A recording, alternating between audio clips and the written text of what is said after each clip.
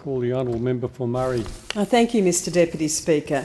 I too rise to speak to this bill that amends the new tax system, Family Assistance Act 1999, to continue to maintain the childcare rebate limit at $7,500 for 3 income years, starting from the 1st of July 2014, and then maintains the childcare benefit income thresholds at the amounts applicable as at the 30th of June 2014 for 3 income years, starting from July 2014. So as a result of these amendments, and I'm quoting from the explanatory memorandum, families will continue to be able to receive up to the maximum childcare rebate amount of $7,500 per child per financial year for out-of-pocket childcare costs for the 3 income years starting from the 1st of July. And families on childcare benefit income thresholds will remain at the amounts applicable from 30th of June 2014 for 3 income years, starting from the 1st of July 2014.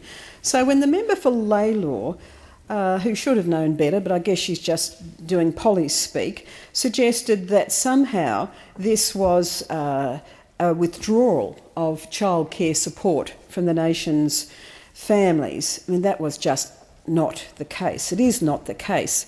But it was even more stunning when the member for Laylaw dismissed out of hand, for example, the fact that we are seriously looking at the needs of all types of childcare, because childcare has to be flexible. It has to suit the needs of country, farming women or women in business or families who are in a metropolitan area, families with babies, families with toddlers, families with after-school care needs. It has to be a flexible, affordable and accessible program of childcare across the country. But I was stunned to hear the member for Laylaw, who has an educational background, I am told, say, in-home care, for example, is just what rich people want to use and is highly unaffordable. In fact, in-home care is often the care of choice of families with newborns, with very young children, who they know should be kept away perhaps from an infectious environment with lots of other children in their earliest years, especially their first perhaps 12 months of life, or for women who are shift workers who can't get childcare because they're nursing at night or they're policewomen at night. Now they need in-home care support. And why shouldn't we examine that as one of the alternatives available? And perhaps, of course, we need to look at its regulation, need to look at the qualifications of men or women who might choose to offer that in-home care. But to condemn it on a philosophical basis as something for the rich, and I think they want us to evoke the concept of a nanny on an umbrella or something, I mean, that is just outrageous and just shows you how out of touch the opposition is. And I'm becoming increasingly disappointed with the opposition's women who lay into paid parental leave, particularly what is being offered by our coalition, given their scheme refused to allow superannuation to women. How outrageous that women should be expected to leave the workforce for the period that they nurture their newborns but not receive superannuation payments. That is extraordinary. It's breathtaking, because what it does, it condemns a lot of those women in older age to be dependent on welfare, when if they'd had continuous superannuation through paid parental leave, they could have been independent, even if they're divorced or sadly widowed. And this is what we're getting from the opposition's women. I should say it is quite extraordinary. And then, of course, in this area of childcare, paid parental leave, we're being condemned because we're having an inquiry that looks at the needs of Australians in terms of the childcare and the morphing into early childhood education, which can happen in centres that have children from the age of newborn through to the year before they start school. Of course we should have an inquiry, because what we inherited from Labor is a one-size-fits-all. We were all aghast, particularly in Victoria, when Labor came up with this nonsensical idea that every child, without any research behind it, any academic research or referee journals or any overseas international comparisons, we're all told that from now on every child should have 15 hours of early childhood education in a childcare centre across the country, or perhaps not be eligible for support. Now the problem with saying you have to have 15 hours is that in all our rural and regional childcare centres, you couldn't continue to have one qualified early childhood educator managing one centre with 2 shifts of children, with 2 lots of children doing 10 hours each. That's 20 hours all up plus their preparation time. That worked in rural and regional communities in Victoria. 2 10-hour early childhood education programs for 2 lots of children. But Labor's model, brought in without consultation with rural and regional Australia in particular, said you had to have 15 hours. As I say, no research behind that, which meant we had, right across my part of Victoria in particular, a sacking of early childhood educators because they were required to have an additional person employed because one woman couldn't, it's usually a woman in childcare, in early childhood education, you couldn't have her doing 30 hours plus preparation in one centre with 2 lots of children. So they destroyed early childhood education, the framework in Victoria, with the stroke of a pen. They called it a national framework, a national quality framework.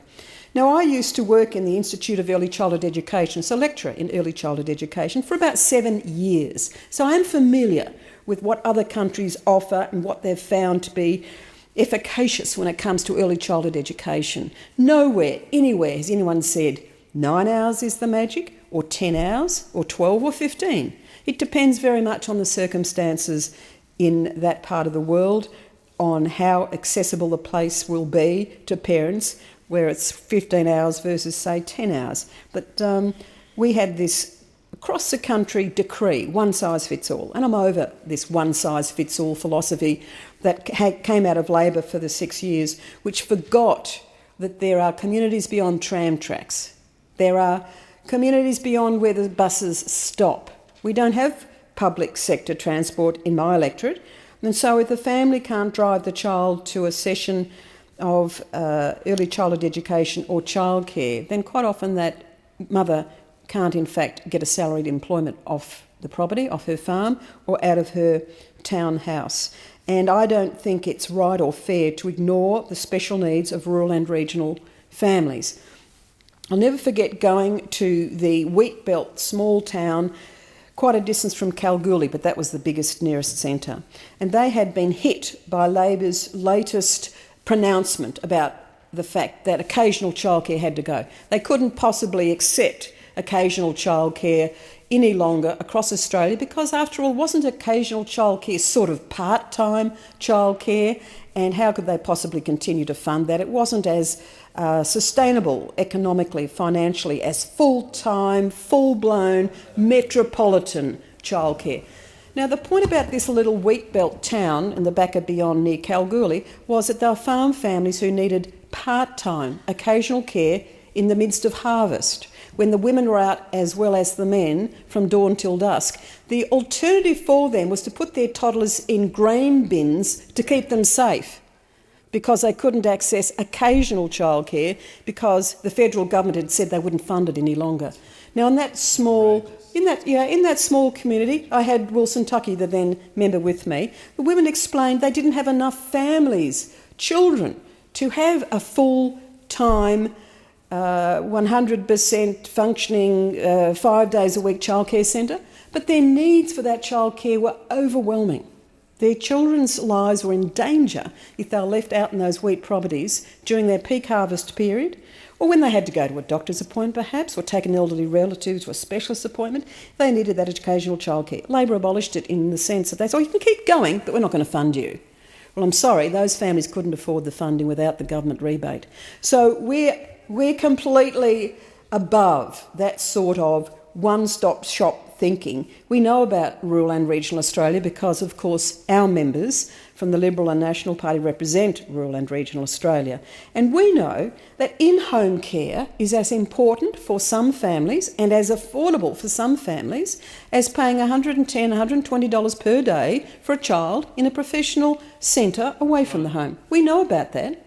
We also know that it is not a luxury that women who seek, or I should say families who seek childcare, are not wicked women who choose to leave their house and play golf. But we get that insinuation when we have the member of Laylaw saying that how dare we pay millionaire women paid parental leave of $50,000. How dare the member of Laylaw pretend that there are these millionaire women out there who are going to somehow rip off the system. She should know that, in fact, the fact is that our paid parental leave scheme is going to give replacement salary up to a woman earning $100,000, not $1 million, thank you, Member for Laylaw, and that she has every right to be paid at her full salary, as men have the same right if they are taking workplace-related leave.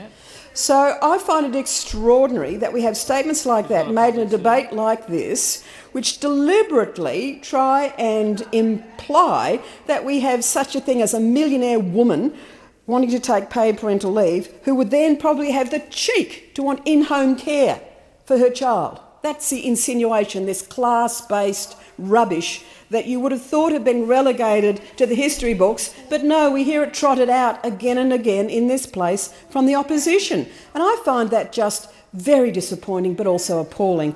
And I wish our Labor women members of Parliament would tune in to their families, listen in, go and visit some of the women who have newborns and, say, a toddler, who would like very much to have the New Zealand options, where they have a special visa category even for women who come in as holiday makers but who pass through special regulations and checks, who become an au pair type in-home carer.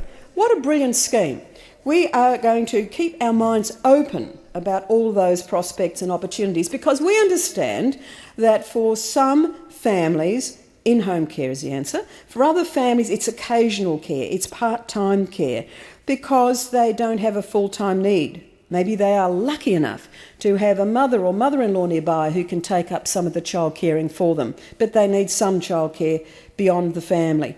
We have to understand that we're a very mixed brood of people in Australia with all sorts of different needs. And we certainly do understand that quality of childcare is key to all of this. You don't get quality by dictating to the actual workforce itself that if they don't get qualifications immediately with a small fund, and they'll only have access to that fund if they join a union, that they won't be, in fact, able to be childcare managers. That's what we had under the previous government as well. We had a relationship identified that you had to be part of a union to access part of the Labor government's funding, which in turn could be used to qualify your child carers to teach the new magic 15 hours of child education a week. So this is an extraordinary time in our Australian history when we have a tax on women and families coming from Labor, and particularly from Labor women, which I think their earlier generations would be quite amazed about. We have a tax on paid parental leave as a right for women at their replacement salary. We have a tax on paid parental leave because it's not being offered at a miserable 3 months, but at 6 months, which the World Health Organisation understands is the minimum time for breastfeeding to be established and maintained for at least 6 months. And that's what our paid parental leave gives access to, 6 months on the replacement wage for the woman or the minimum wage, whichever is the greater. And how can someone across the aisles in the opposition rant and rage and say that's about millionaires? I find that breathtaking. And I would say shame on you. Shame on you. We know, tragically, less than 2% of women in Australia earn over $100,000. Less than 2%. And so you are over there suggesting that for a woman to be paid on a replacement salary, as she is if she's currently in the public service, working for the ABC as a journo, if she's in the police force, the defence forces, if she works for a bank or in the insurance industry, she gets replacement salary for her paid parental leave and, of course, super. But no, we're not supposed to allow that for other women in the workforce. The blue-collar workers, the contractors, the women who work on farms, the women who are casuals or seasonal workers, they're not meant to be treated as